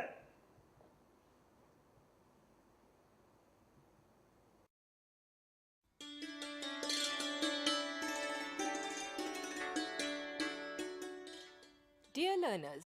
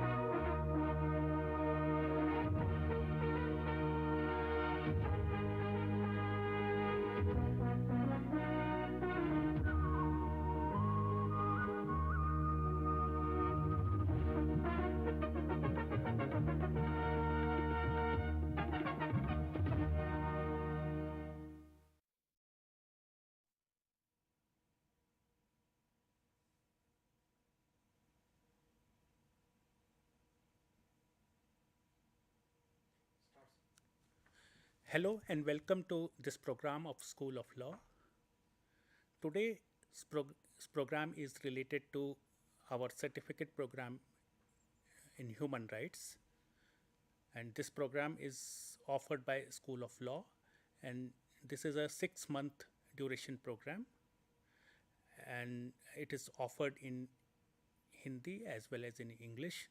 So our today's topic is related to first course of this program, that is the course code is CHR 11, and today I will talk about civil and political rights. Before I talk about civil and political rights specifically, I would like to mention one or two developments in very brief manner with regard to what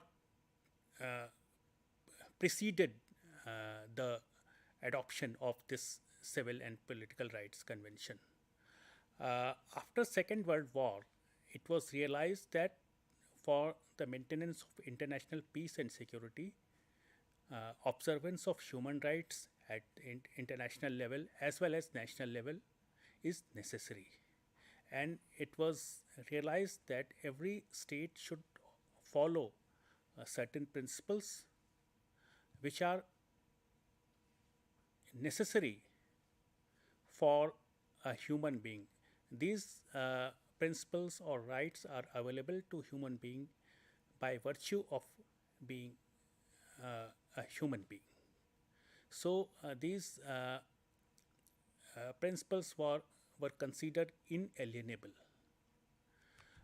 So in 1948, after the coming into force of the United Nations in 1945, Universal Declaration of Human Rights was passed on 10th December 1948, and it was a declaration, hence was not a binding treaty. Therefore, it was realized that a binding treaty should be adopted by the United Nations, to which the states, sign the treaty and ratify the treaties, so that it becomes binding on them. So, in 1966, two covenants came into existence. One was the civil and political rights, about which we are talking today, and another was economic, social, and cultural rights. If you see the Universal Declaration of 1948 and these two covenants, you will realize that the Universal Declaration of Human Rights was in a way divided into two separate treaties, separate instruments. With regard to the classification of rights, generally we divide the development of human rights with regard to United Nations in three parts, or three categories, or three stages. First is the civil and political rights, which we will talk today. Another, what we call second generation rights, are economic, social, and cultural rights. These rights are those rights which are, for which the states have to do something. States have to make investments to make them available to their citizens. For example, right to education, right to employment, right to health. These are the rights for which some investment is required, and these are necessary for the well-being or for the good standard of living. But for the civil and political rights, there is no such requirement, and the states have only to ensure in their laws that these rights will not be violated, and if these rights are violated, then there is a remedy available. So, first generation right is civil and political rights, second generation right is economic, social, and cultural rights, and third generation rights is what we call group rights or solidarity rights, which are related to groups, such as rights relating to women, children. You must be knowing that there are certain conventions, Convention on the Elimination of All Forms of Discrimination Against Women, Convention on the Rights of Child, Convention on the Rights of Persons with Disabilities, Convention on Migrant Laborers. So they are the group specific conventions. So now when we the nature of these rights, it is the obligation of the states to respect these rights, and to these rights are primarily individual rights, and states have the responsibility to respect these rights, irrespective of their political system and the level of development. So these rights, states are obliged to observe these rights and make suitable laws, or make provisions in their constitutions. For example, if we say about India, we have a constitution which was adopted in 1950, and many of the rights, you will realize, have found place in fundamental rights chapter, and directive principle chapters also, if we talk about economic and social rights also. So most of the rights either are part of the fundamental rights, or by interpretation by the Supreme Court of India and various high courts have become the part of our constitutional jurisprudence. So these rights are also justiciable. I mean, courts can take cognizance of this, and if these rights are violated, then the person has the remedy against the violation of these rights. So in our constitution also we have Article 32, which provides that in case of violation of fundamental rights, a person can directly go to the Supreme Court. And high courts also have the power to pass various writs for the enforcement of these rights. Now, if we talk about the rights which are available in the convention, in the covenant, these rights are, if we see our constitution, we will find these rights somewhere or the other. The right to life has been given very wide interpretation by the constitution, by the Supreme Courts. Right to life means not mere living, but it means dignified living.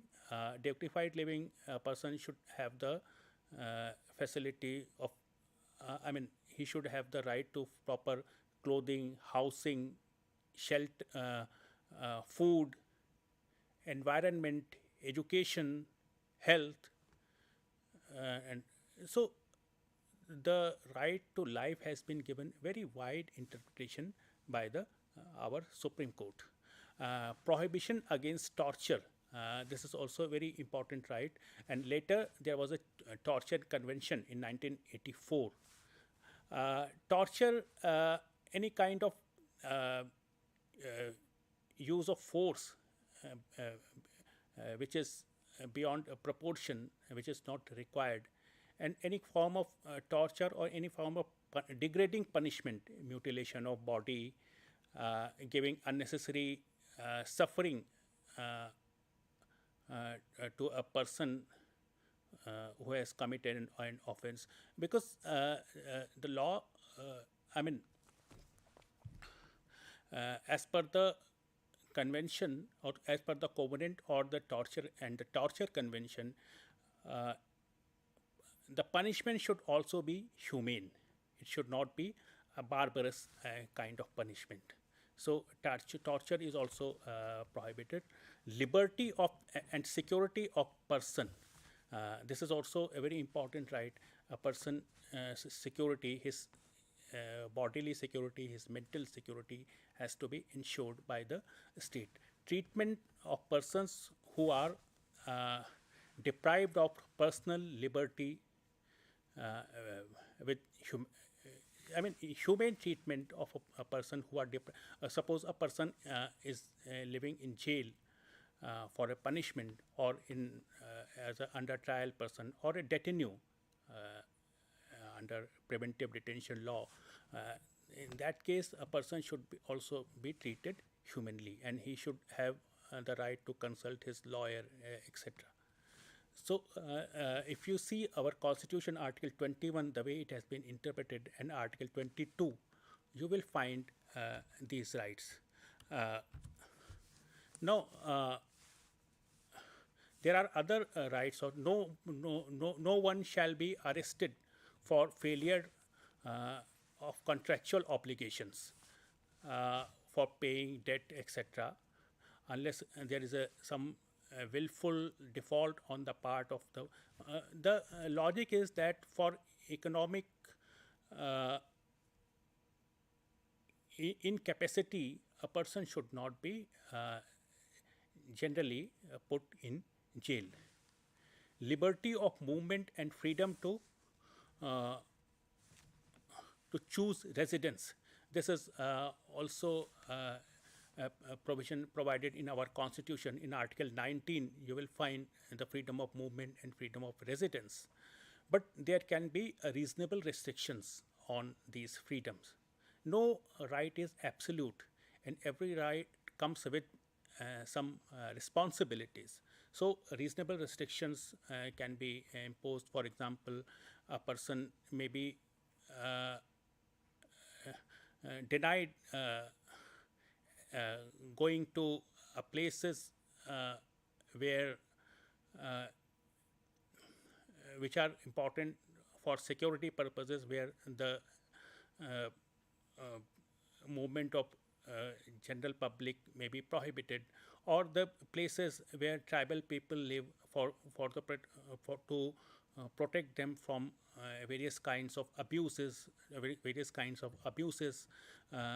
exploitation. There is a provision for taking permit to go to these places where tribal people live. So there can be reasonable restrictions on various grounds, but the restrictions should be reasonable. Right to alien to the rights are also available to aliens. Aliens mean people who are not the foreigners, people who are not the citizen of that country, and the aliens can only be expelled or deported from their country, from the country to only if they in accordance with a law, valid law. So if somebody goes to another country due to various reasons, persecution, he is facing persecution, he is facing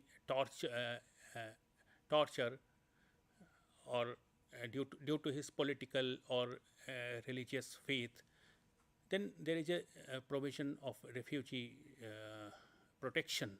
And although India has not signed the Refugee Convention, but it has in practice adopted many of its principles in their in dealing with refugee people. Equality before and equal protection of courts and tribunals. Every person should have the equal protection before the courts and tribunal, and courts should not discriminate on any of the ground. Non-retroactive application of law. This is a very important provision. Non-retroactive means that a criminal law or criminal punishment cannot be enforced from a back date. Suppose a person has committed an offense 3 months back and the punishment is 1 year. Now today's law cannot increase the punishment. If the punishment is increased, that should be from today only. It should be prospectively, not retrospectively. So neither punishment can be increased from back date, or not a new law can be passed to criminalize an offense from back date. This is the protection, and it is also provided in Article 20 of our Constitution. Article 20 talks about the ex post facto law, double jeopardy, and self-incrimination. But other laws can be made. Suppose a fees is increased or late fees is increased from back date, that is permissible. But criminal action cannot be taken from retrospectively. Now, right to recognition as a person before the law.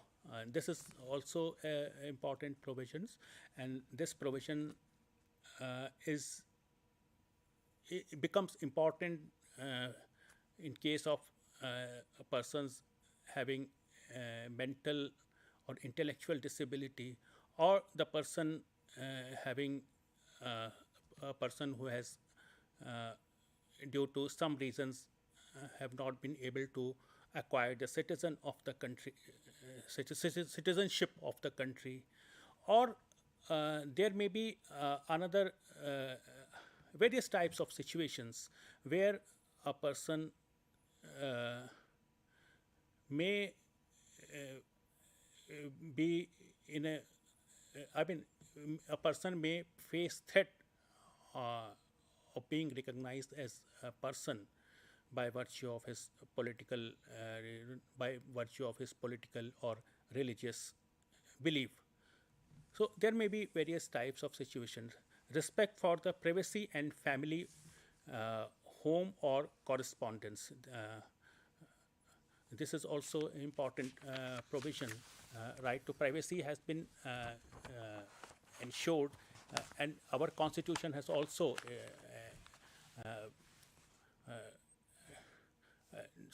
Supreme Court in various judgments has also recognized the right to privacy, and the most important thing is the family is the primary unit. Family and every person has the right to family, and only in exceptional cases where it is where the person is facing some kind of exploitation, or due to any other reason person is not, it is not proper to keep the child in the family. Only in those cases the person can be separated from the family. Otherwise, family should be treated as a primary unit and a necessary institution for the well-being of a person. And on other conventions also, Child Rights Convention, Convention on the Rights of Persons with Disabilities, this right to family has been recognized. Now, right to hold opinion without